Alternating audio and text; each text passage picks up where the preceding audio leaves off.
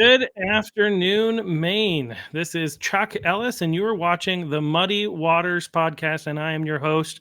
And at the Muddy Waters Podcast, or on the Muddy Waters Podcast, however you want to put it, what we do is we're trying to create digital content to help people understand more about what's going on in our state. We don't feel like the mainstream media and all the other channels are doing enough. That's not to criticize the Maine Wire. We're very appreciative of what Steve Robinson and the Maine Wire are putting out there for information, but we're just trying to do our part because the mainstream media is not cutting it. People don't know what's going on, and we are trying to help fix that by talking more about the political process, as well as the things that maybe some people are saying are not happening in our schools and in our towns and in our state, but actually are, by getting people who are experts in the field, people who are on the ground, to come and share their story and talk about different topics. Today, we are blessed with our own, I say our own because I'm the newly elected chair of the Cumberland County Republican Committee, and I have to help candidates get elected. And Al Livingston, who's joining us, has run for State House a couple of times, as well as being a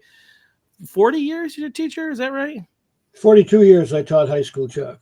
Wow, 42 years, coach, former school board member, city council member. So you've got some knowledge and insight of how things happen. And, you know, with everything going on, first of all, just thank you for joining us. So thanks for coming on. Pleasure, and congratulations to you. I know we're in good hands with the Cumberland County Republican Party with you as the chair, and I know what your desires and energy level are, and we're all in this for the right reason, to try to make Maine better. Yeah, absolutely. We want to, like, nobody's here. Well, I shouldn't say nobody, but the majority of us are not here for ourselves. We're here to help make Maine a better place to live. We want to make it better for the people of Maine. We're not, here for our own glory. And so, that's what we're trying to do. And so, yeah, I mean, it's a crazy time. I don't, sometimes I wear a nice shirt and whatnot, but today I'm wearing the Trump Truth Conquers shirt from JP Sears podcast, and I've got my Trump camo hat. Feeling very MAGA. I should have brought it up. Yeah, that's right. No, I'm just feeling very MAGA because yesterday I had the opportunity to go to a school board meeting in Freeport, and obviously, if you're paying attention, which if you're watching this, you probably are, a lot of the stuff that's happened with the transgender athlete, the boy who goes by the name of a girl now and competed. He previously competed as a boy and got fifth, I guess. And then this year he competed as a girl and got first. And what's really interesting, so the school board meeting we were at was at Freeport. Now, Freeport has the two girls that would have been first and second in that, as well as Freeport lost, I guess, by 1 point in the state meet to Greeley High School, where the transgender athlete is from. And so obviously this blew up. Laurel Libby Representative Libby posted to social media. It blew up. She's been all over all the news sources. And right after all this is happening, and with the Title IX stuff and Trump versus Mills, Trump will win, by the way. The Title IX. So Freeport was already scheduled to be discussing what they were going to do about the changes in Title IX, considering that Biden's had been rolled back. And so they had a school board meeting yesterday, and it was charged. And one of the things that I wanted to talk about just before we get into hearing from you, but you'll have some insight to say about this, I'm sure, as well, is one of the things that was disappointing to me. And I was just like trying to figure out what was going on, is that the data says that we 80-20, right? 80% of the people are with us. But when you go to a school board meeting, like a charged one like that, and especially with everything going on, I would have expected to see the room more filled with people on our side. But what do you think I saw, Al? Unfortunately, there were more of them backing what went on there with what the governor had to say, and allowing that transgender athlete to continue to have won and not go and really honor what Title IX is all about. I remember when Title IX first came in, I was a senior in college, and what a great opportunity for the girls and women to really finally have their chance to participate and compete in all sorts of endeavors, athletically in particular, and everything else. So, and here all of a sudden for us to say, well, it doesn't matter anymore. that's so sad. It's just not fair to the girls. And biologically speaking, it's common sense. It's been proven that a male athlete obviously is much more physically capable of doing things, succeeding in an athletic adventure, just because of the makeup of the body and after puberty and what goes on, the difference between a girl and a boy and what happens. And it's sad. I'm disappointed, although I understand why the Maine Principals Association doesn't want to take a stand yet, because they can't go against what Governor Mills is pushing. Right. Yet, if it's about fairness, I would like, if they really want to go in that direction, then go ahead and start a new division for transgender athletes. If you really want to let them compete, have their own division and let them compete and give that opportunity to them if they really want to allow that. And let's see how far that really goes. How many of the transgender athletes really want to compete in a transgender competition? That'd be interesting. Yeah, no. I mean, it's an obvious fact, right? I mean, it's interesting. They've been trying to push this idea that the only difference that there's really nothing different between men and women since I was in college. I remember when I was in a room, and I one of the girl, I've been part of this like campus ministry, right? And one of the girls who's part of the campus ministry, her sister, who played collegiate basketball, happened to be in town, and so we all went down to the gym and played basketball. And I came back and I was hanging out with some other friends from that same group, and we were getting ready to watch a movie, and they were like, "Oh, how was she?" And I was like, "Well, she was good for a girl." Sure. And I didn't mean that. I wasn't trying to be like, look down. It's just like there's a fact. The reality is men and women are different. They're physically different. Men have always been stronger, faster, bigger than women, and it gives them an advantage in sports, obviously. And so for me, like just the idea that people would even question that was foreign to me. I was like, what? How do you really not know this? Like it's so obvious that so I think one of the weird things is that people want to use this to say that this, but by saying that, I'm saying that women are lesser than men, and I'm not. Like men and women are different. They have different skills in areas where they are much better than men. And so like it's not a matter of who's better or anything like that. It's just more a matter of reality. And so yeah, I was disappointed last night, but we did have people. I mean, it was probably more like 50-50 our side versus theirs, and it got me thinking, like, what is the problem? Why weren't there more conservatives there? Why weren't more of the students there speaking up? And it's because of this soft totalitarianism that Right. they still have a hold of so mmany people. Yeah, so many people are afraid to speak up. They're afraid of losing their jobs. They're afraid of being called a bigot or racist, all these things. In this case, it wouldn't be a racist. It's more of a bigot, but they're afraid of the social consequences. Like, even though we don't officially have like a quote unquote social credit score, people are still treated along those lines, especially here in Maine. If you're even open about the fact that you're a Republican in Cumberland County, it can really hurt your business. And so businesses are afraid to stand up. Parents are afraid. They don't want to lose their jobs. They don't want to be harassed. And these students as well, they're afraid of being harassed. And we were very fortunate. There were two people. Check out my page if you haven't already. And the Maine Wire and Unquirer also posted about these. But there was one young girl who came from another district and she came initially just to see what was going to happen, but then she couldn't help herself and she had to get up and speak. And she'll be joining the podcast next Tuesday, because I was able to connect with her and I want to give her a platform. It's not about using these kids. It's about if they're willing to speak and they want to share, I want to give them a platform and I want to support them in that. And so she, she spoke up, and it was like she brought the house down. Like it was great. But also there was a guy named Jack who also spoke up. And he, being a male athlete, was talking about how this is obvious and this is something that MPA needs to address. It's ridiculous. We all know the truth, and so having people speak up, these young kids it's in one sense, it's sad that the adults in the room, so to speak, aren't speaking up. But it's nice that there are people who are. It's nice that some of these kids are courageous enough and willing enough to stand up there and speak.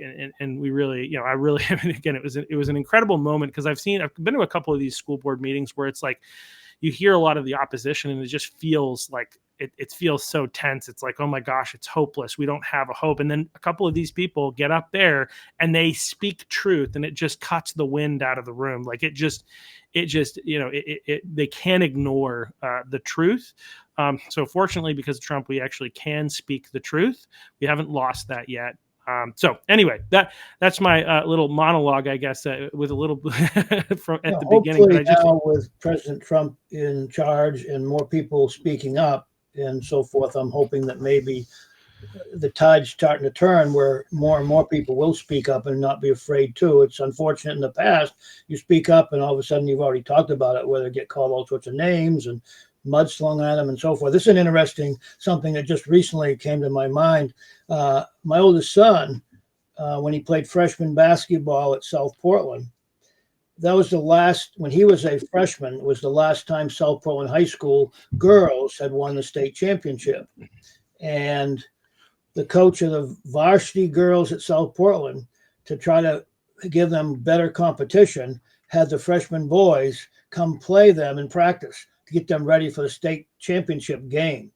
I mean, what does that say? That, okay, he knows those freshman boys are going to give his girls a tough battle and make them better prepared to go into the state girls championship game, in which they did win last time South Portland did, because the South Portland girls are in the state championship game first time since then. Coming up, they might have been, they're in there one other time, but they since then, but they're going to be back in the state championship this Saturday. But just talking to my son, he had mentioned that, and I'd forgotten about that. So that's kind of an interesting thought when you realize that the varsity girls coach thought enough to bring the freshman boys in to give his girls a tough battle to prepare them. Yeah, well, yeah, no, I mean, it obviously, we all know the truth, right? The reality. And I mean, one of the fun ones at a national level was, I think, I'm trying to think I know they played college teams, but I feel like they also played a high school team, but maybe it was just a college team that the U.S. women's national team, played against some like Division II, college boys team, and they beat these women, this like professional women, like it was like 11, 15, something like that, to nothing. It was like an embarrassing, and it's like, the point is not to embarrass people, right? But the whole point here is that because of the reality of their playing field, that's what it's all about. Well, it's two things. One, because of the reality of the difference between boys and girls, and because of the fact that we know that children participating in sports tends to be good for them. It's good for their mental health, and it's good for them in a number of different ways. But on top of that, this is one of the things that helps them get scholarships, right? And be able to like get additional opportunities in life. And so to then take it away from them by allowing boys who transition to girls, or whatever you want to call that, biological males competing against them, they're taking that stuff away from these women. And it's just not right. And we all know it's not right. So, but anyway, we can move on from that, or maybe it'll come up again as we have go through the rest of our conversation. But it's just something that we couldn't ignore given everything that's going on. And so, in case you're wondering, again, people probably watching probably already know this, but there's a big protest about this coming up on Saturday, 10 o'clock in Augusta. We're going to make our voices heard, because we've had enough, is the reality. So show up there at the Capitol. So Al, so you tell me a little bit about, like, your, again, 42 years in teaching, but kind of run us through like what you've done and how you have knowledge and expertise to be able to talk about education in Maine. I graduated from the University of Maine. Coming back from there, I decided I'd like to be a teacher, also a coach. I played for baseball at Maine, and Jack Butterfield was the varsity coach. And other than my father, I think the finest man I've ever met, and just admired what he was all about. I think he put me into a mental part where I really wanted to coach and teach. And always loved math, was a math major at Maine. So I came back, actually being an athlete at Maine. I took Light Springs, and I needed a couple courses to get my final degree. And I actually, that fall of my the fall after my senior year, I came down to USM, took a couple courses. Well, I was out watching a baseball game, and the principal said, "Al, we need a math teacher for a year?" I said, "Well, I haven't student taught." And I was supposed to student teach at Orono High School, but the fellow Cliff McCormick decided he didn't want somebody that time, and I was the varsity captain. I said, "Well, I'll utilize." I kind of rationalized that, so I won't student teach. But he said, "Well, if you go teach this year, that'll be your student teaching." I said, "Okay." So that was my student teaching my first year, right on the stage in the classroom at South Portland, which is my alma mater. So I taught in South Portland for 9 years. Also was the varsity baseball coach for 3 years, and JV coach for 2 years, and also coached the freshman basketball team for 4 years. And loved teaching and coaching. But married, 3 kids, making a whopping $14,000 a year. I got lured out into a total commission sales field, and so I left teaching. I look back and looking back, I kind of wish I'd try. I can't look back, but wish I'd found some way to hang in there. My wife and I had all sorts of part-time jobs just so I could be a teacher. So I was out in sales, insurance, investments for 7 years, but always loved teaching and coaching. And Westbrook was looking for a math teacher in January of 1989, halfway through the year, obviously. And so it was an opportunity to get back in. In fact, I remember in my geometry class, I had one student tell me, "Well, we got rid of that other teacher. We're going to get rid of you too." So I had to get out of my element a little bit and kind of be very vocal for about a week or so to bring those classes under control. And it worked out, and Westbrook decided to hire me full time. And I was there for 9.5 years. And then a friend of mine, John Mullen, was the principal at Cheverus. And he happened to call me, and we talked. He was looking for a math teacher. And I took a huge leap of faith and gave up a few thousand a year and left Westbrook and went to Cheverus. When I was at Westbrook, I also was the varsity baseball coach there. I also was the varsity basketball coach there for a year. So we went to Cheverus, and I ended up coaching varsity baseball there. Along the way, so I was there for 22 years. I didn't expect that I would teach as long as I did. I actually started teaching at USM, figuring if I wanted to leave high school, I could go to USM. Well, I loved teaching at Cheverus so much. What I loved about Cheverus, they really let you do your job. If you were doing the right thing and teaching properly, that you really had that opportunity to really, really teach. And I loved it. We had a great math department at Cheverus. Dan LaValle was the department chair, and many students would come back and we'd ask them, "Well, how'd it go?" My favorite course to teach were pre-cal and calc, but I also taught algebra 2 and geometry and everything. But they'd come back and we'd say, "Well, how'd it go?" I said, "Well, we knew we were all set. We knew everything we needed to know, and we were way ahead of the rest of people, most of the students in the class." And so that's reassuring. I used to have we had quite a few students actually went to Maine Maritime. These ones in particular remind me of coming back, and Maine Maritime would make them take pre-cal. And I bet a lot of the students I had at Cheverus could have taught the pre-cal course, but of course college wants everybody to be in the same level, and they'd come back and say, "Yeah, we knew everything we needed to know." And so it was a pleasure and a great opportunity to teach at Cheverus. And so I taught there, but way back when I was teaching at South Portland, I actually taught at Casco Bay College. Most people won't know what that is probably. It was a business school in the Time and Temperature building in Portland. And I started teaching there, math class, basic math class, consumer type thing. And then later on, I was at Andover College and then at SMCC. And then all of a sudden, USM was looking for something. That's how I made the transition over to USM. I don't want to belabor this any longer, but yet finally, the pandemic, I finally said, I was 70 years old, and I said, "I guess I've taught enough," and decided to retire. 2 August ago, Sylvia Valdez, the math chair at USM, called me up, said, "Al, could you help us out?" And I said, "Sylvia, I've got everything off my computer. I've recycled all my masters. I really not sure I want to." We talked 2 days later. So how about 2 classes, 2 mornings a week? So I said, "Okay, Sylvia, I'll help you out." So I've helped her out for 5 semesters now, teaching college algebra, and it is what it is. So anyway, that's my teaching background and coaching background. In summer, I always coached Legion baseball and other things too. But anyway, we won't belabor that any longer. Yeah, well, so as a longtime educator, we'll start with education because I think it's we've had a number of people come on here to talk about education, but we haven't had any teachers, and so one of the things that we see, in the education system is I think Maine policy and a number of other places have shown that Maine was like ranked as one of the top schools in the 90s, which is the early 90s. And now we're ranked at the bottom.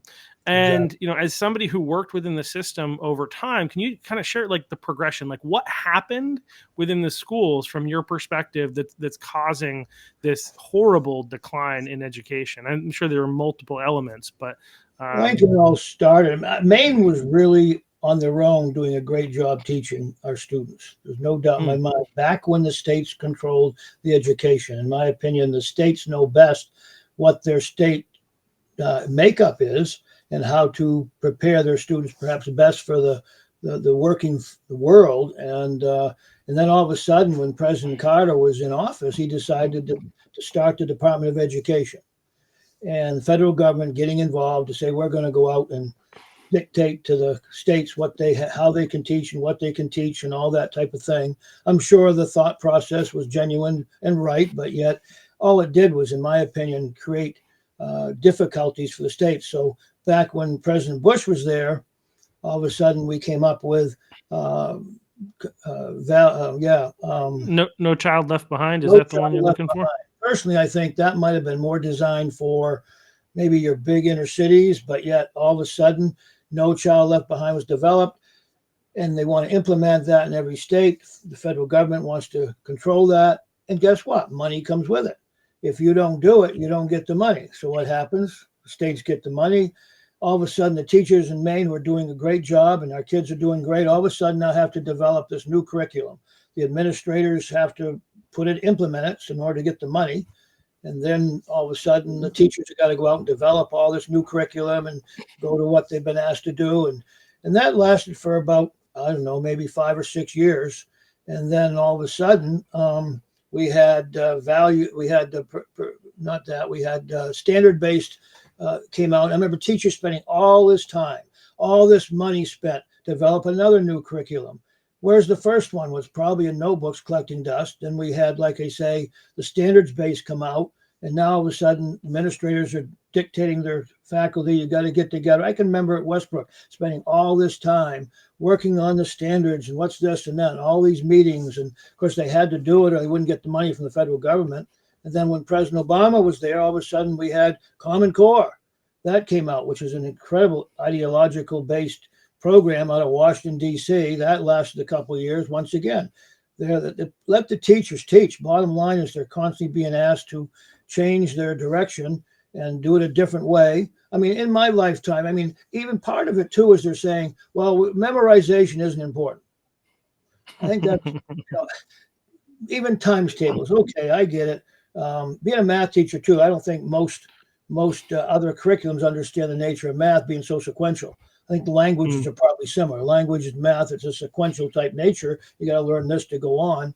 And I think sometimes at the elementary level, it's so quick to throw a calculator in the kids' hands, they never really have a chance to really learn the process of mathematics. And so, for an example, at least twice in my lifetime, they've done away with times tables. Well, we can argue back and forth about times tables, but I still believe that it's important that someone can multiply 6 times 9 without their calculator. Don't have to get their phone out to calculate that. And, there's an example where they say, oh, we don't need times tables anymore. Well, that's part of that memorization process and just a basic number fact type thing that I tell even students at USM, I say, if you can multiply 6 times 9 yourself without your phone, you might get a promotion or you might, make more money just because you can do it, whereas the person beside you's got to get their phone out and calculate it. I mean, that's very minor, but I still believe that it's important to do times tables. I know my grandkids, Well, they well, had them when they could I do was. it. I Oh, gave sorry. them a reward.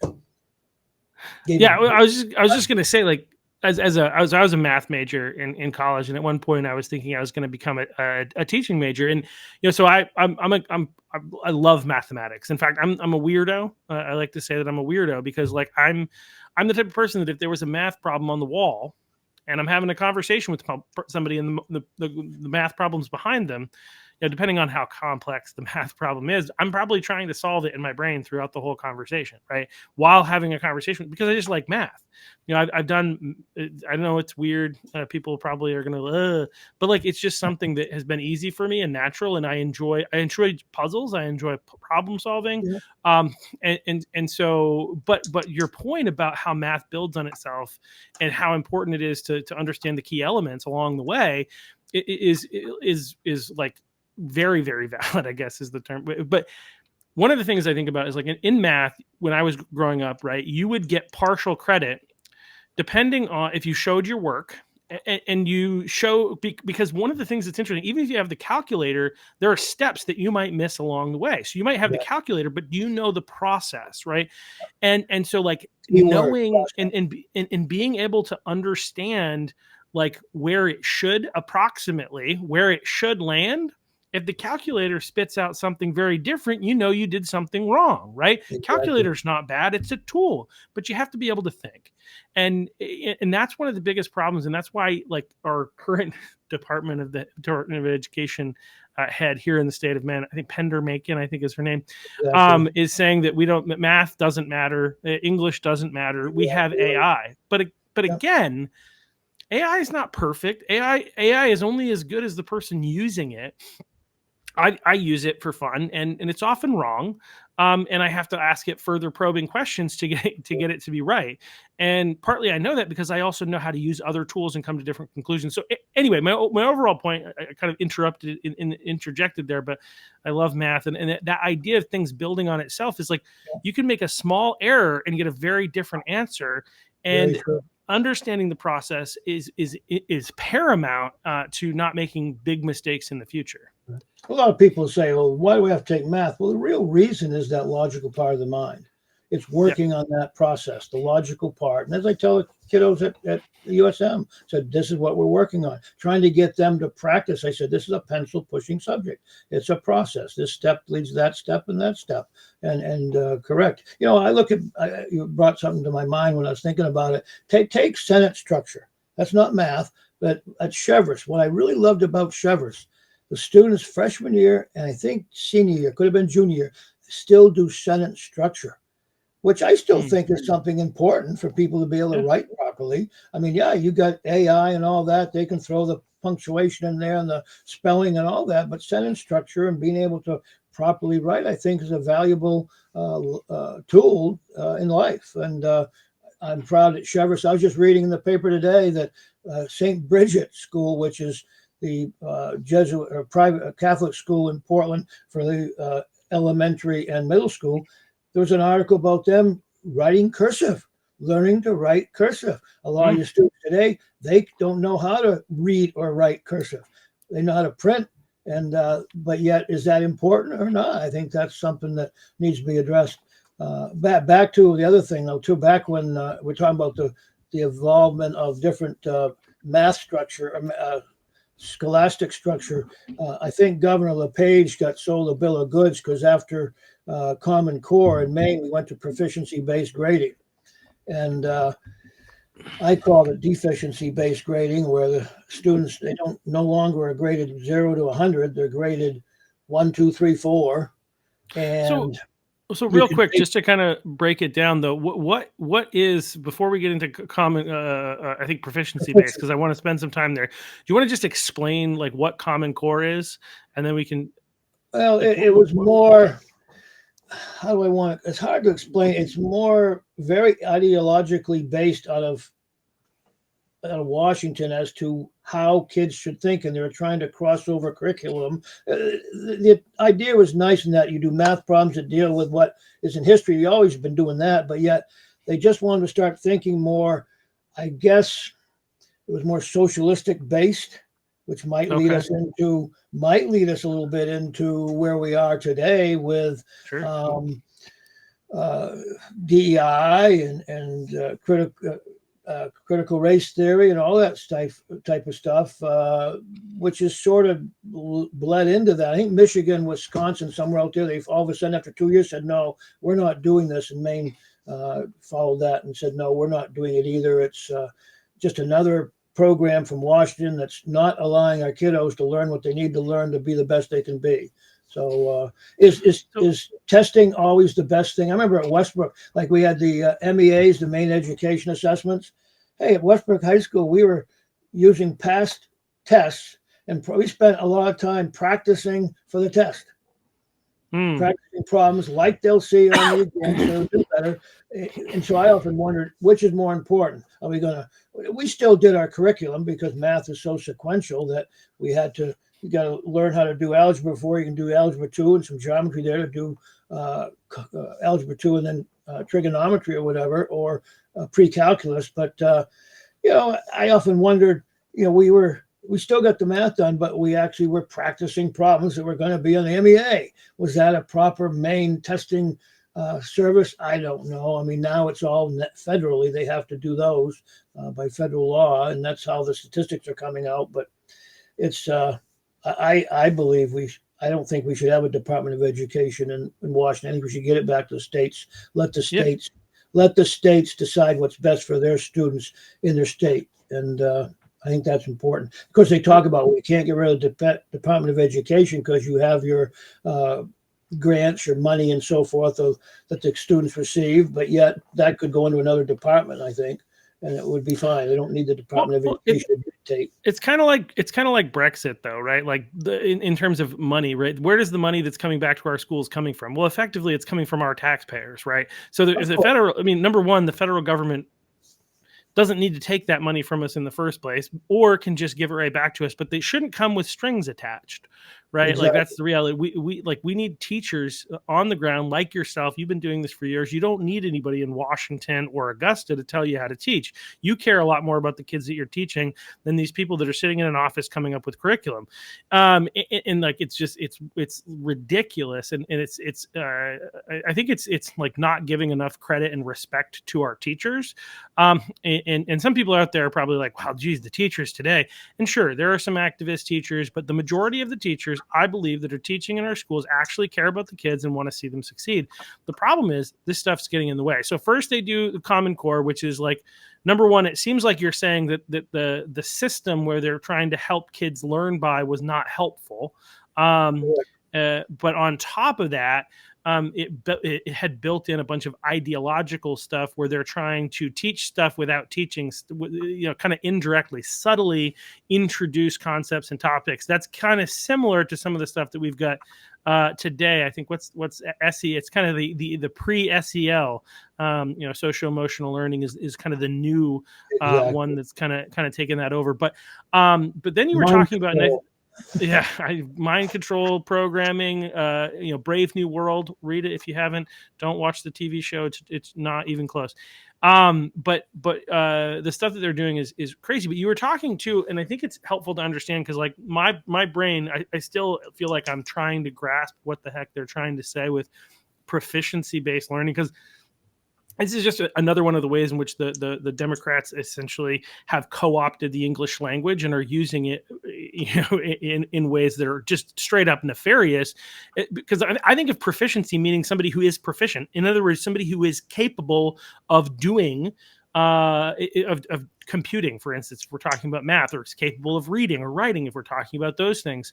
For instance, they wouldn't need to take a test 7 times in order to be able to get a good grade, that they would just take it the first time and get a good enough grade. They're proficient. They pass, right? But I don't think that's what it means, right? What does it mean? Proficient is supposed to be that you understand what you're supposed to understand. Let me give you an example. I teach this college algebra class at USM. This spring, I have 40 students in combined 2 classes. Out of those 40 students, 21 had to take an introductory math class for no credit to be able to take college algebra, which is an equivalent to algebra 2 in high school. So these students who in high school had algebra 2, had pre-cal, had whatever, didn't have enough knowledge to be able to pass an initial test to be able to go into college algebra. They had to take this Math 101 in order to gain the basics of mathematics that they didn't learn in high school to be able to take an equivalent Algebra 2 course in college at USM.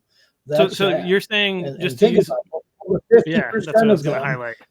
had to take, over 50% of the students that have their spring had to take this non-credit math course to learn the basics of mathematics they didn't learn in high school. Which is wild.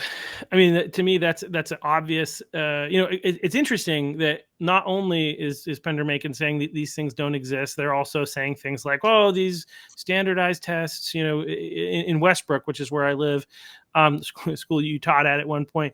Our taxes keep going up, and a lot of it's going to the school.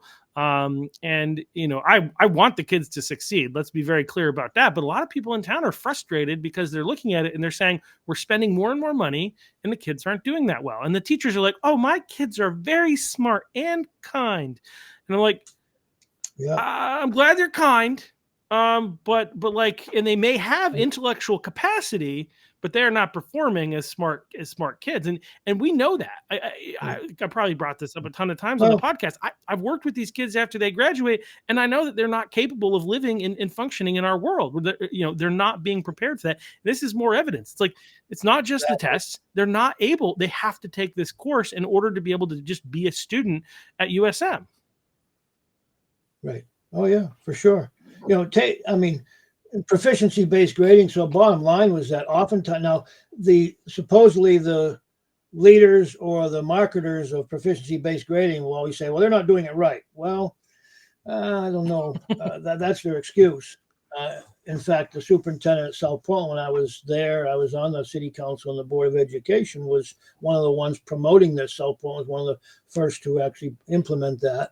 And I remember talking to my state representatives, and I actually went to the Department of Education to say, this is not the right way to go. And they'd say, well, they're not doing it right. They're not doing it right. Well, I don't know if there is a right way to do that, because the students, they do have guidelines. Here's what they need to learn. But yet I was actually at Shaw's in Portland back a couple of weeks ago. 3 boys from Lyman Moore happened to come in. I asked him, I said, how'd school go today? Tell me one thing you learned. And we got talking and make a kind of end of this. And I said, well, he says, it's boring in math. I said, how's math going? He says, boring. He says, all we do is worksheets. The teacher's a facilitator. They throw us a worksheet and we just do the worksheet. And we're doing the same worksheet over and over and over until we supposedly are proficient in it. He didn't say that, but I know that's what it meant. And he said, we're sitting there being thrown worksheets at, and the teacher's just walking around and not really doing a lot. That was right from Lyman Moore in Portland. 3 students that were in a math class at Lyman Moore. That's what they're telling me. I had a great conversation with them. They all happen to be basketball players, so I kind of got their attention when I mentioned that. And but then we got talking about math a little bit and school in itself. And you were talking about it. We're trying to prepare these students to go out in society to be able to be great members of society, working out there, adding to society. But yet if they go into a job and they make a mistake, okay, they might be forgiven once, but you can't keep making the same mistake and being given more and more opportunities to be able to work at that job. But yet in school, sometimes these students at USM tell me, I had one girl, she ended up getting a 50 on an exam. Can I take it again? I said, no. I said, day one, when I have them in class, I said, I'm going to work really hard to teach you this math, but I'm going to hold you accountable. Accountability. What is that? I know, exactly, because I said, I'm trying to prepare you for life, not just necessarily math. Hopefully you learn that because you need it if you're going to go on to pre-cal, but yet I'm also trying to teach you how to get out in the real world and be productive and so forth. So I think we've lost a lot of that. And as I was out, as we've talked, I did have a couple opportunities to try to run for state legislature, talking in Gorham to so many employers. They were saying, we're having trouble getting youngsters coming out of school that we can hire and can count on them to be held accountable, to be responsible, to be on time. And they're saying, we're lucky if we get the diamond in the rough. I heard that from so many employers in Gorham as I was out knocking on doors and chatting with employers in Gorham. And that's sad, I mean, schools needing to prepare them, for the future. And you talk about teachers. When we talk about DEI and like the commissioner Pender Macon, she's saying, well, DEI is more important. Well, I think teachers always were teaching about respect. That's part of the job. Yep. You teach about respect. And that's all part of it. You got to respect your classmates. You got to respect the teacher. You got to respect your environment. And that always was part of the teaching process. But now administrators and the federal government, whoever, telling them, you got to do this and this and this and this. Well, that's always been part of the job. Even when I was out chatting with residents of Gorham, I had several teachers tell me they were extremely frustrated because they keep getting dictated to from their administrators. Here's what you got to do. Here's what you got to do. And they're not letting them use their own real personality to still get the job done. They're telling them, here's how you have to do it. And here's what you got to do. Or creating robots. And so I've had several tell me they retired because they couldn't take it anymore. I had several say, I'm getting frustrated. I'm probably going to retire early. They're not letting them do their job. And that's sad. Like I said, at Cheverus, we were allowed to do our job within certain parameters. And I just think that I don't know if I could have survived in public education if with all that they've had to be asked to do. Yeah. I always loved teaching, working with youngsters, so maybe I would have. But administrators sometimes, I had one once who I had a student who I worked so hard to help that student pass. They ended up failing. My principal changed the grade to a D because of parent pressure. See, this is okay. I love that. It's a great segue into like parents, right? You talked about accountability a little earlier.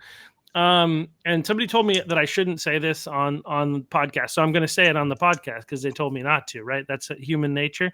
But part of me, so part of the problem, in education, I feel like is the parents. Not casting shade on the parents, but ultimately the reality is, like, I'll ask this question.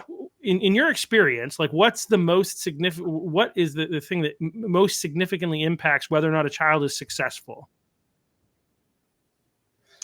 I think we'd have to agree that the home front is probably the most important, to have that support at home.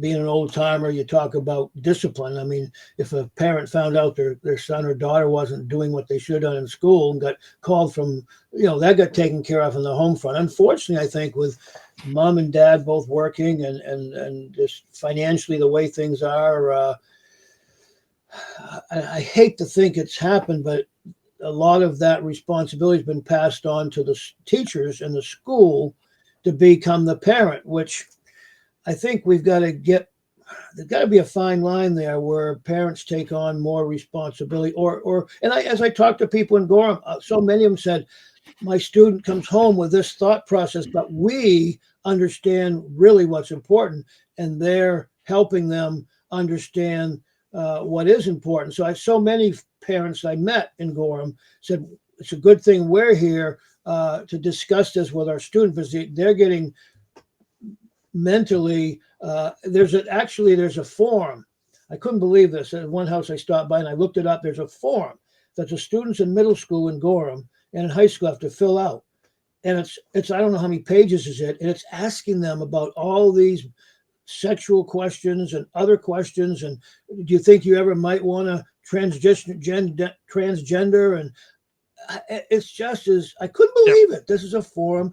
It's got many other things they're asked. If you don't know about that forum, reach out to your real quick. If you don't know about that forum, if you're a parent, reach out to your school. You can opt out of that. That is actually a thing that you can opt out of, because you don't need to have your kids start thinking about these things. Just planting seeds. But anyway, continue. Yeah, let the kids grow up naturally. We throw so much in their head. I think we're just confusing them. We talk about all of the psychological problems our kids are having in school, supposedly more and more all the time. Well, let them be kids. Children in elementary school are just learning to be a kid, just to, socialize and learn learn a little bit about what's going on in life and learn about some different subjects. But yet, don't push all this other non-education. Well, it's not. So their mind that they're not ready for it yet. Let them be a kid. Let kids be kids, and they'll learn. They're not ready for it, and it's not the school's responsibility. But you comment on the fact that we've really, as a society, pushed more and more of this onto the education system. And there's a variety of reasons. The education system also at the same time has scooped it up. They're like, gimme, gimme, gimme. We want to be in control, right? And there seems to be this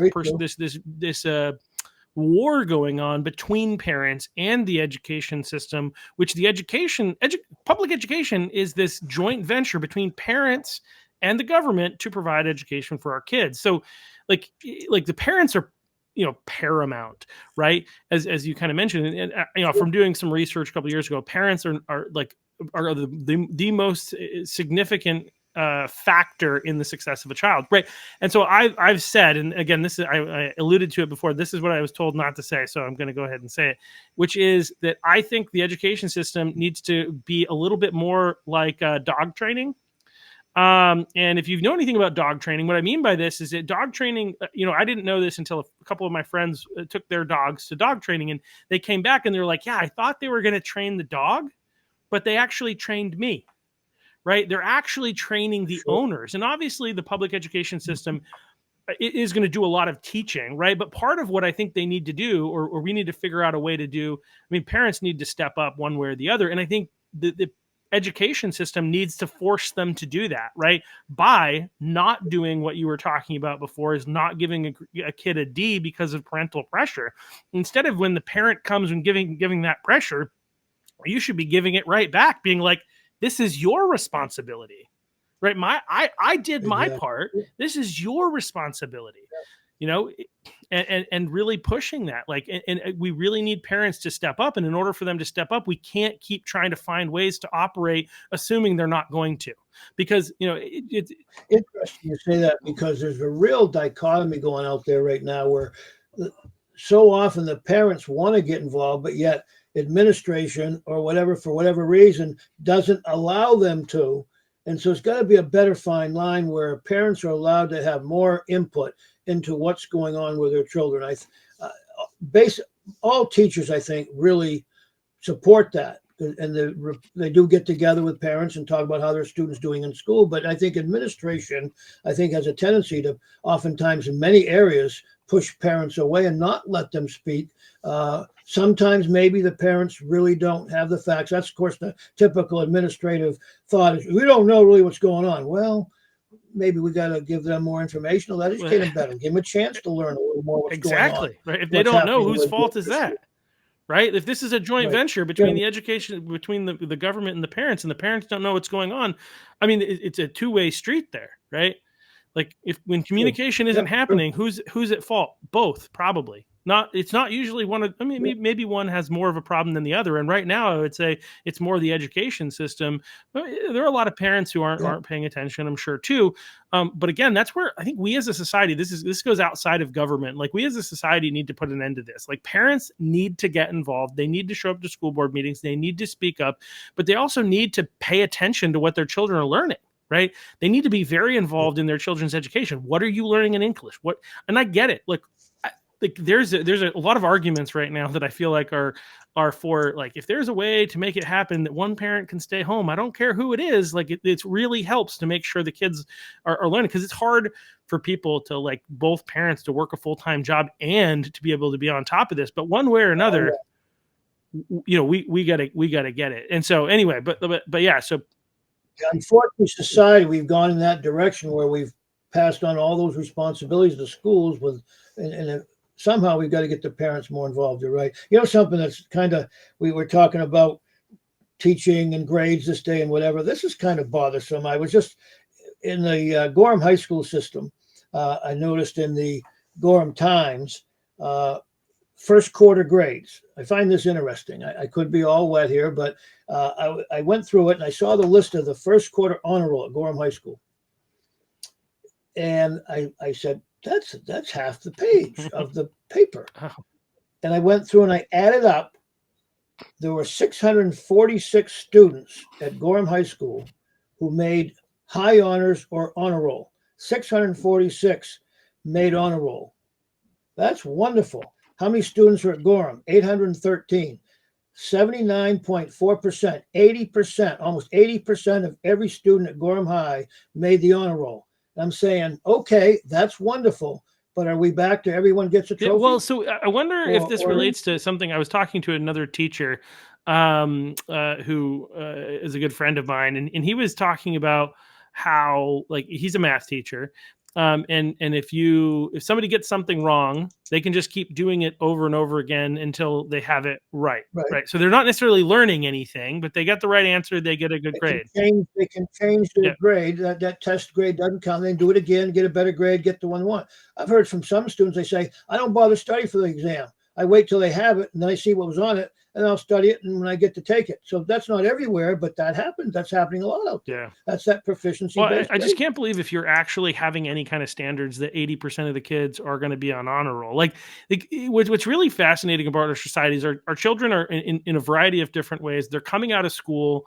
They don't know anything. Again, they're still, because they're teenagers, right? They still know it all, even though they don't know anything.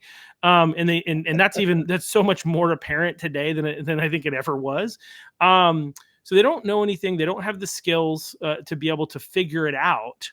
But on top of that, they're very thin skinned, right? This idea, we can talk about social emotional learning, because I think the idea behind it was that we want to give kids like the better ability to handle difficult situations. And yet these kids are coming out, and if you say something they don't like, they have to go home and take a personal day because it affected them.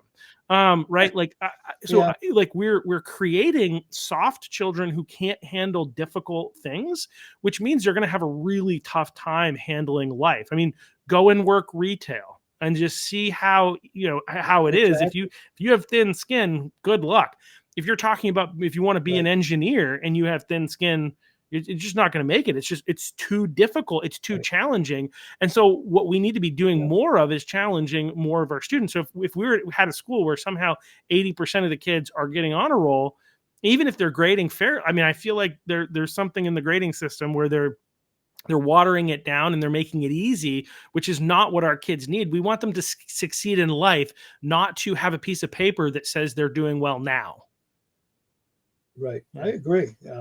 That's where sports comes in, because I think a lot of students in sports learn a lot about that. They have to get a little more tough skin because you tough and because you got to compete. You're not always successful. Things happen, things are said, and I think you hate to say it, but I think a lot of students learn a lot more out in the athletic field about life than they do in the class. Of course, in the classroom, you're getting exposed to all these different subject matters and trying to become knowledgeable and find out where your strengths are and what you really want to pursue and what turns you on and that. Plus, you got to spin all the plates and be organized and time management. That's all learning in the classroom. But in the education field, I think you're learning so much more about life out in the sports field than you are in the classroom. Unfortunately, to say that, but I think that's so important that is the case. And that's why I think it's important that students have an opportunity to compete in, whether it's sports or whether it's debate club or it's music. It's so important to be involved in clubs too, because I think that's teaching them so many life skills. No, competition is great. I mean, again, as you said, it teaches you, so you have to work hard if you want to be successful, because somebody's going to win, and you play to win, right? Do we play to have fun? Sure. When you have the most fun, when you win, right? When you accomplish something and you get to go home and say, look at what we did. I still look back. I played sports, played basketball, actually played baseball. I played all the sports at some level. I did a little bit of soccer, ran cross country, track, if you can believe it. But basketball was probably my favorite. And those like really challenging things are, I think, the things that I'm the most proud of. We had this coach, and his name was Tommy Maines, and he was a real, like, he was like basically Bobby Knight, Maine's Bobby Knight. And he, he was really tough on us. And we did this thing at the beginning of the season that was called The Game. And it was basically, we had to do wake ups. I used to call them, suicides, I think is another term for them. Like quarter court, can't say suicide anymore, but that's what they are. Suicide. That's the term we use. Okay. But the quarter courts, you got to run the quarter court, and then you know, the quarter of the court, and the whole third, half court, 3/4 court, full court. Yeah, they call them suicides because you were Yeah, fatigued at the end. we had to do them in under a certain amount of time, and like each time Yeah, we all as a team successfully did it, we gained a point, and when we failed, the other team gained a point until we lost. And every time we did it, we actually lost the first time, and that was when the timer was on the scoreboard, and then we would come back out and do it again. We ended up doing like 30 or more of these, and it was like tough. And we got T-shirts afterwards called that had on them "I survived the game."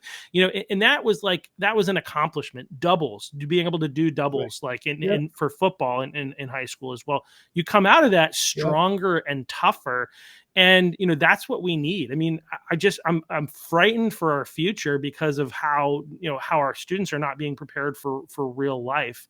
yeah, With all this social emotional yeah. learning, so was SEL, was that a thing when you were in school? Did that roll out, or was that after you left social emotional learning? When I was in school myself Teaching, sorry, yeah, or sorry. teaching. The teaching, yeah, no, not when you were Yeah, in I school. mean, yeah. Well, you know, I was fortunate going to South Portland High.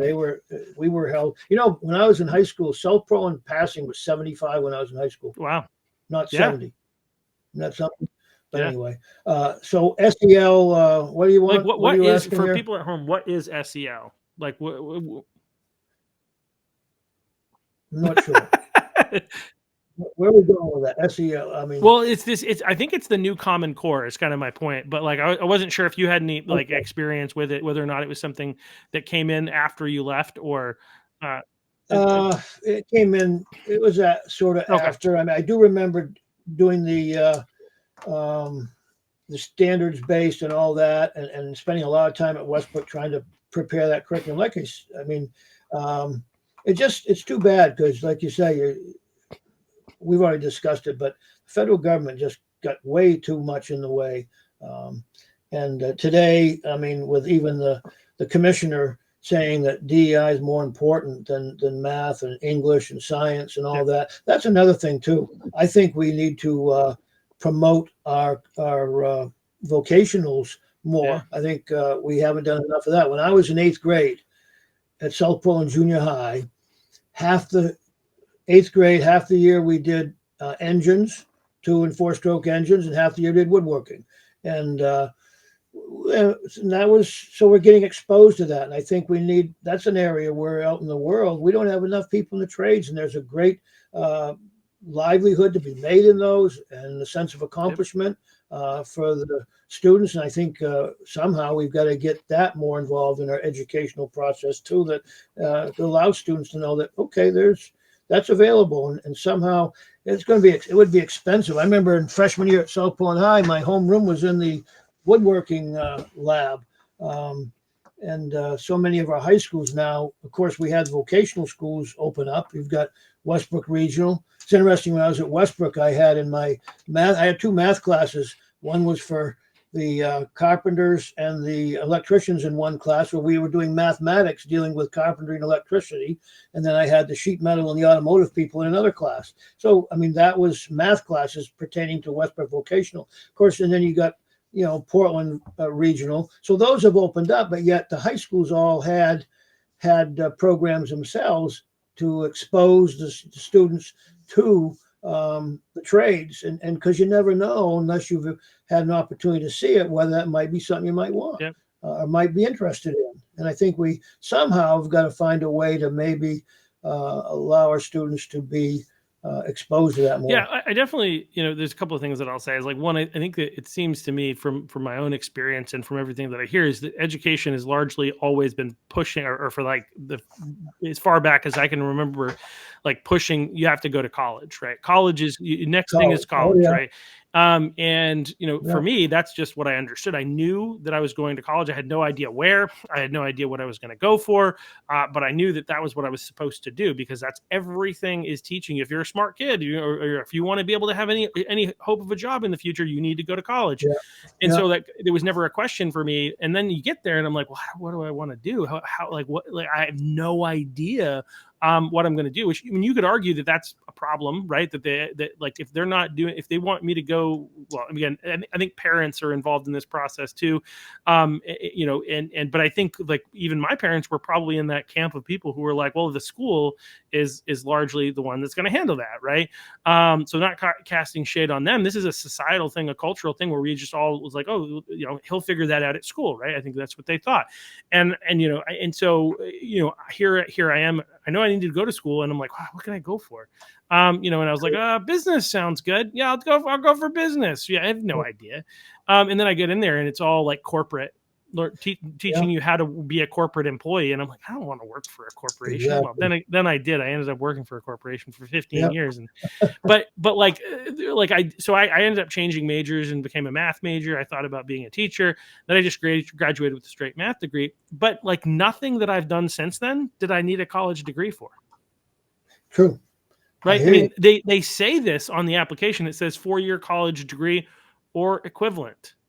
Yeah. Right. And I have so many people that worked within the company that I worked with that worked their way up without a college degree. Exactly. And made more money than I did by understanding. And so that's even aside from the trades, but the trades are another one where, again, pushing kids toward college so that they can go and spend money and these colleges can make money is not a good way for our society to move forward. Think what's happened. Pell Grants, all the money coming from Washington for students to be able to think of the college debt our students have been given. And for what are they getting out of it? Yes, some going on to take advantage of it, but so much of it's been wasted. And because what you commented on, been being all pushed 4-year college, and yet it's not for everybody. And that something there we've got to change too to maybe help students better determine what might be best for them. I was talking to John Smith over at. Is that a fake name, John Smith? That seems like a fake name. Is that a real John Smith? Real name, Jonathan Smith. Yeah, they have a construction company that over in Gorham, and when we were talking, I was out campaigning, and he was talking about how he has this program where he can bring kids in the summer to work with him, but he can't really do much with them. They can sweep. They got to be careful because all these regulations from the state of Maine that you can't do that because he's only 17 or he's only 16. And he was saying this would be a great apprentice program. Let kids in the summer come work with us. They can be exposed to different aspects of the business and see if it might be for them, in a great way to develop future employees. And at the same time, letting the students realize, is this something I might want to do or not want to do? But rules and regs in the state of Maine were keeping him from allowing him to do some of that. Just sad. I mean, that's another thing too. Yeah. The state of Maine, and it's got a great company over there in Gorham. But that was he was hoping to be able to do something like that. But anyway, I think kids. We can sit here and say, well, they're all going to find out eventually what they want to do. I mean, people do change jobs. I was a teacher, then I wasn't a teacher, and I'm back where I really feel I belong, coaching and teaching. And working with youngsters, trying to help them get better.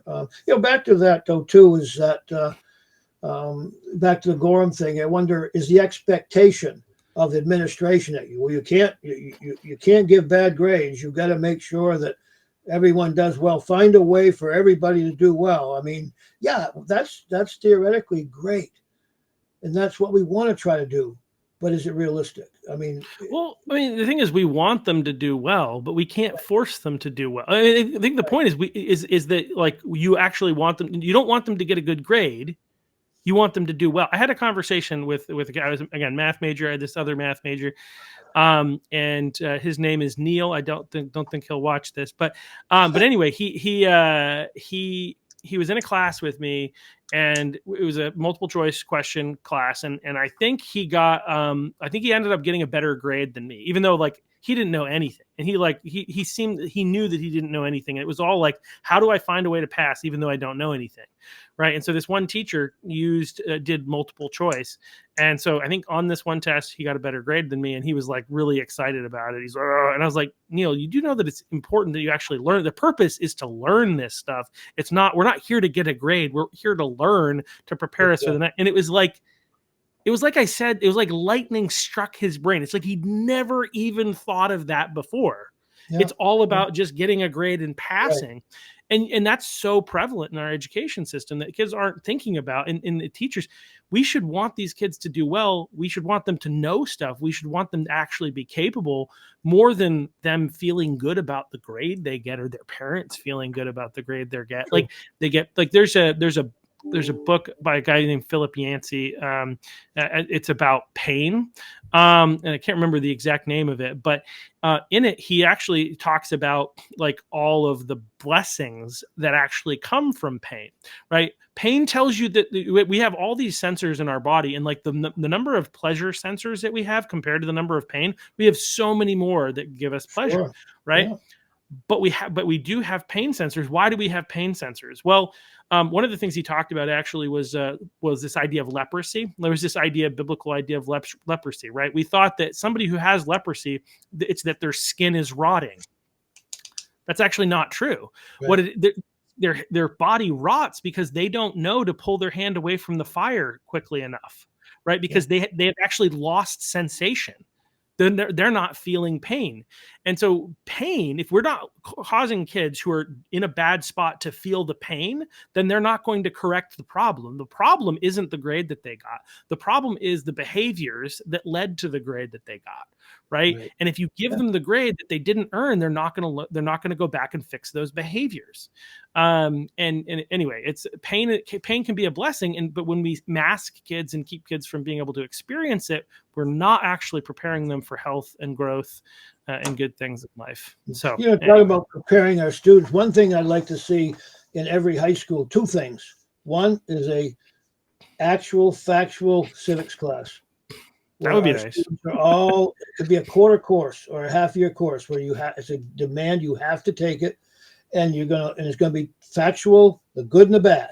I think about the United States growing is like a teenager growing. You make mistakes, you learn from it. Hopefully, you get better. And I'd love to. I really, if I could have been up there in Augusta or whatever, I'd like to try to see if maybe we could implement a civics class. It's mandatory in every high school, and every student's exposed to how government works and what it's all about. Because I think that's something our population needs to know, because I think so many of our people today really have no idea when it comes time to vote or what they're voting for. And I think that'd be important for every student to have that knowledge. Secondly, I think every high school should have some type of a commercial money management course. Could be a quarter course. Learn about investments, learn about checking, learn about mortgages, learn about insurance, learn about that. When I taught stats at Chevers, I always had the month of May left over we got stats done, and I spent the last month doing that type of work with our students in my stat class. And they probably were saying and parents were saying that was probably one of the best things they ever got in high school, is because now they understand what's out there and not learn the hard way. They've actually learned. So that's two things I think should be implemented in every high school. Well, Every student should have to be exposed to civics and money management. yeah, no, I 100% agree. I worked in banking, right? So 100%. People are so incredibly ignorant on how money affects them.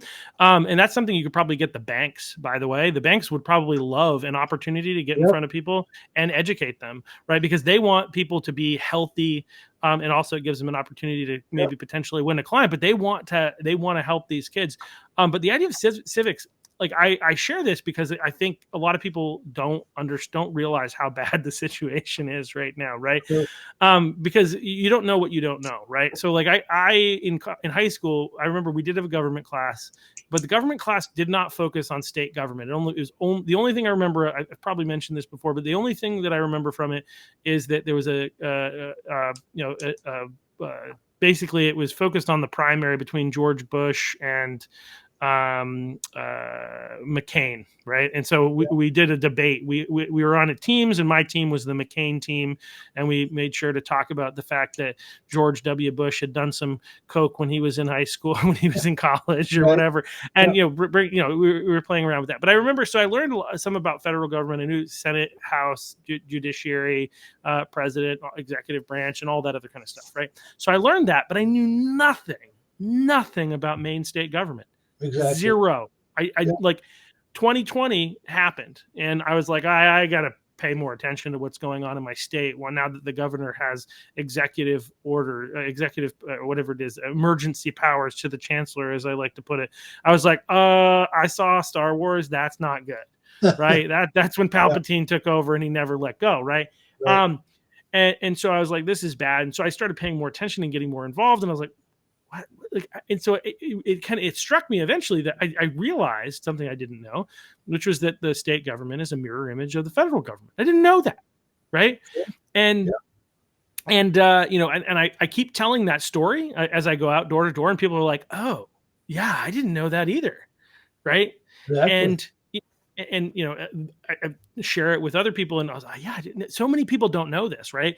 And so it's so important that we teach people about this, which is part of the reason this podcast exists, is because we're trying to educate those things. We had Bobby Charles on the previous episode to talk about, like, okay, so we've got states' rights, and then we've got the federal government, and one of them they have different levels of jurisdiction. Where does one end and the other one begin? Exactly. And now the truth is that that's stuff that we should be thinking about, because we need, the whole point of a democracy is that we need to be as educated as possible to be able to make the best decisions possible. In order to be able to vote for the right people, we need to know what's actually important. Now they want to make us care about the wrong things, the less important things. Sometimes, like, they're really pushing to have us give us emotional reactions. I think a big part of the reason that so many people voted for Trump, voted against Trump, voted for Kamala Harris, was because this incredible fear of Donald Trump, who was going to destroy the universe, even though he didn't last time. But that's just another story. But like this, they build in fear, and our side does it too. But like, rather than focusing on what are the things that tend to build a healthy society, and how does government work, these are things that, absolutely 100% kids should know more about managing money. You get the banks to do it. You don't have to pay for it. You might even be able to get them to donate money toward it. I actually had a bank that had actually a booklet that was really set up well to give us like a guideline. I could go off where I wanted to, but it was a great guideline, and actually had in there blank checks that you could write and so forth. Not that we'll have checks forever, I guess. I don't know. But it was well done. I can't remember the bank now, but initially they offered it for free. And then when I did it at that stat class, we had to pay, it might have been $1 a booklet, but it was really well worth it. And the kids had something tangible in hand. I made up worksheets and practice. In fact, when I taught at Westbrook, in my consumer math class, I actually had the kiddos. I went to a bank, actually our printing department at Westbrook printed up some blank checks for me. And every Friday, I had each of the kids create a store. They had to have their own store, and they had to go and they could create a little display of what items they were selling. They'd have a special little store. And every Friday, every one of the students in that class had to go to every store, buy something, write a check for it, record it in their register, come back and balance their checkbook. And, I think it was a freshman class I had doing that. And, that's a valuable life skill. But it's very valuable. It avoids situations like one I had when this guy started working at a local business and opened up an account with us and got a checkbook and started writing checks before he got paid. And then after he got paid, he had all these overdrafts, and the money covered it, right? But then he had other checks that he had written, and then he pulled it in, he couldn't understand how the fact that he wrote the check we don't know that he's written the check until after the money comes out. Exactly. Right? He was like, no, I had already written that before I got paid. And it's like, it doesn't matter. Right. It was this guy started swearing at me and walking out.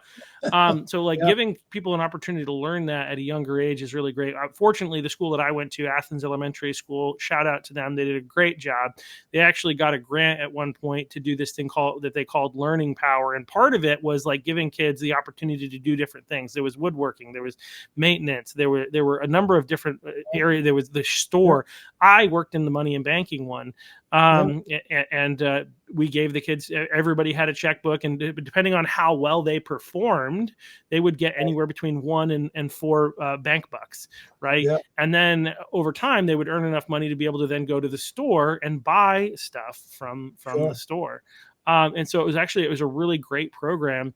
But something like that, those are the types of things that we really need, practical stuff in our education system, not things that are dumbing down our students. So how much of the stuff that's going on now, you mentioned critical race theory earlier, so I want to circle back to that, and DEI, like what was your experience? Did you see that stuff coming in, No, and I, some of the I other looked at stuff?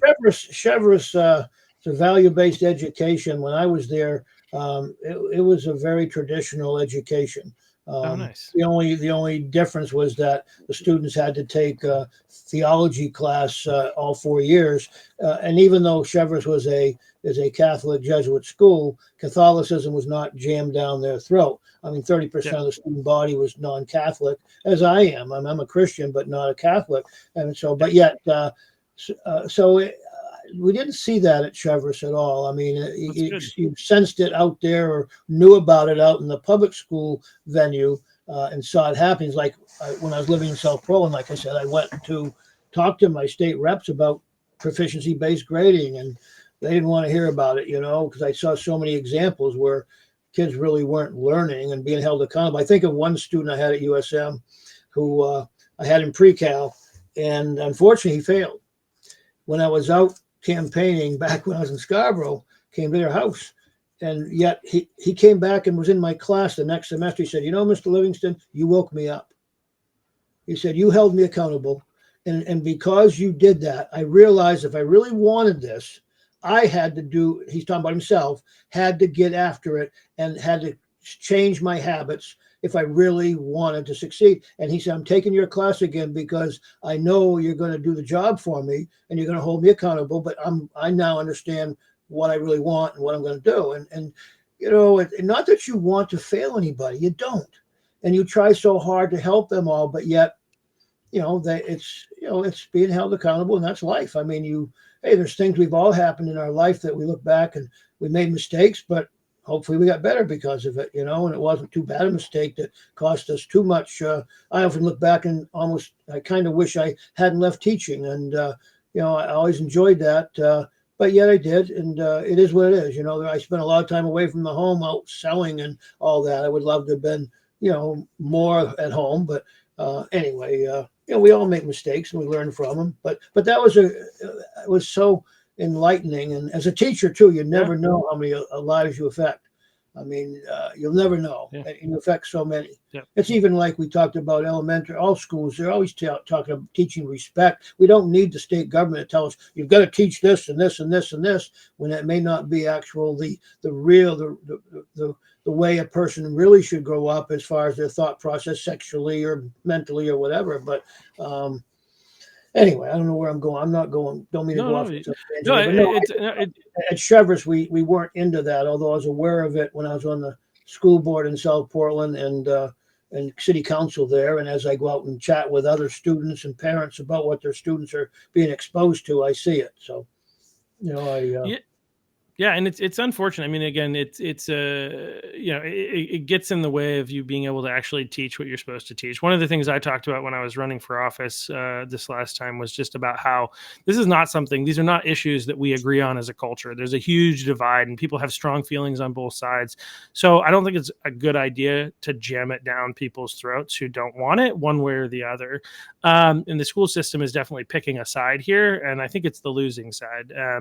But anyway, but the other thing that you mentioned goes back to that whole point that I think I was making about like pain being good, right? Like the fact you told a story with he's like, you woke me up and I needed that. I think that's really an awesome story. Well, I'm trying to think if there's anything else that I feel like you and I could probably chat for another 45 minutes and not get to the bottom of it. But I just want to thank you for taking the time to come on and if you're watching, this is kind of your week or your reminder that you have a role to play in this process. We're trying to create digital content. We're trying to get that out to people so people can understand what's really going on, what's important, how do we fix our state, how do we make the world a better place, and your role is to as these things come out, obviously you have to find value in them, but also share them with other people. So there are going to be shorts that are going to pop up and go into social media. If you can like those, share those, get this information out to more people. That's one of the ways that you can help. That's why we're creating it. Also, if you happen to be around, there is a social tonight at Brookside in Westbrook. Feel free to pop in. There'll be a huge crowd there of Republicans and independents. You don't have to be a Republican to come, but the Cumberland County Republican Committee has this social tonight at Brookside. So I hope you maybe be there. Anything else you want to share before we go, Al? Chuck, you're doing a wonderful job leading there with the Cumberland County Republican. But bottom line, I think I'm going to conclude with this. Most teachers are doing a great job out there. They they care. They want their students to do well. They want to prepare them better for society. But I think it's at the administration level that we've gotten way too big, too many administrators that are dictating what can and can't be done. Let the teachers teach, because the majority, there are a few that probably shouldn't be teaching, but majority, really, their heart and their mind's in the right spot. And I respect them totally for what they're doing and support them. And I just think we need to support them a lot more and in the right way, and not tell them what they have to teach and not teach, which is away from their subject matter or preparing our kids for life and the workforce and so forth. Affecting their mind when it doesn't need to be affected in certain areas. Stick to what needs to be done properly. So I'll leave with that. But I do respect those out there, having been there and still in the field. Yeah, no, it's a really good point, and I think that, unfortunately, I'm glad that you're making it. But too often, people blame the teachers, and it's not the teachers are not at the core of the problem. So often, like, it's just like to some degree you can make this argument, but the problems in the Democrat Party are the voters vote for people, right? But it's not primarily your average Democrat voter that's the problem. So I try to distinguish between, when I say Democrats, between the people who are, in charge, the people who are the legislators. Those are the ones that I'm mostly talking about. The average person is not nearly as bad. But anyway, we need to support our teachers, and we need to support our teachers. We need to get our administrators in line, which means our school boards. If you're wondering how to get involved, you can get involved and go to a school board meeting. That's huge. And our school boards they should actually be in charge. The superintendent is not in charge. The superintendent is under the authority and leadership of the school board. Now, they try to tell you otherwise, but the reality is, Yep, very true. My former superintendent, when I was on the Board of Education and the City Council, my first week on the Board of Education, I was in her office, and she said, "Now, we're the experts, and we expect you to agree with everything we want to do." And so no, the superintendent works for the Board of Education, but you are correct. Many, in fact, unfortunately, some of the guidance being given by the legalese out there to the Board of Education is or misleading people on the Board of Education or school boards to think that, no, that's not the way it is. But it's the same with city management. The city manager is hired by the city council, and he works for them. When I was on the council in South Portland, our city manager was great at the time. He was there, and he said, "I work for you guys. Whatever you want, I need to implement." And it should be the same way. And we've got to get that straightened out too with our school boards, that they need to understand that, the superintendent is hired by you and needs to do what you want to do. And therefore, we need to get more information to our Board of Education or school board people that if this is what you want done, then this is the direction we need to go. So. Yeah, no, I've paid attention to a couple of city council here in Westbrook and school board, and I've looked at some other things, been to some other places, and the general perspective is we're the experts. Again, this is the not the city. What do you call them? The city employees and the school, the superintendent. We're the experts. We're going to tell you what's on the agenda. And it's like, wow, wait a second. No. Who's in charge here? right? Exactly. Like Yeah. who's in charge here actually is the school board and actually is the city council. And there's a lot of information that needs to be known there, but we need to support our school boards. We need to get more people on the school boards, city councils. So show up to school board meetings, show up to city council meetings, make your voice heard. This is Very true. democracy. We can't complain about what's going on if we're not going to get involved. And so True. these Yep. are some easy ways to get involved. And if you show up to enough school board meetings or enough city council meetings, eventually you're not going to be able to stop from getting up and speaking up. But you can also let other people know what's going on. I think that's a large part of the problem is despite the fact that these things are available online, people are not watching them. People are not going. People are not voicing their concerns. And so because of that, they think they're alone. Going back to the school board meeting last night, I think a big part of the reason that people didn't show up is like we get that statistic that says that 80% of the people are with us and we don't believe it. Why don't we believe it? Because there's everybody else around us is also not speaking up. And so we assume that we're the only ones. We need to speak up. We need to get involved. And that's how we take back our state.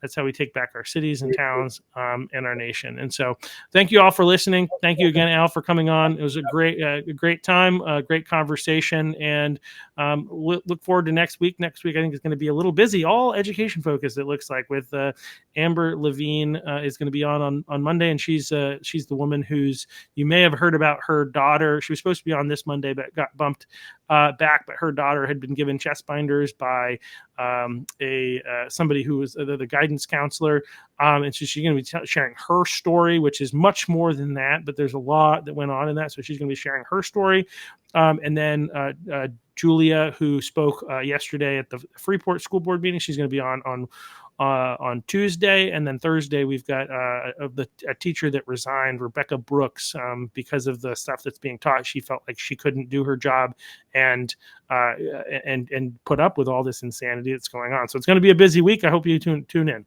Thanks. Take care. Thanks, Sean.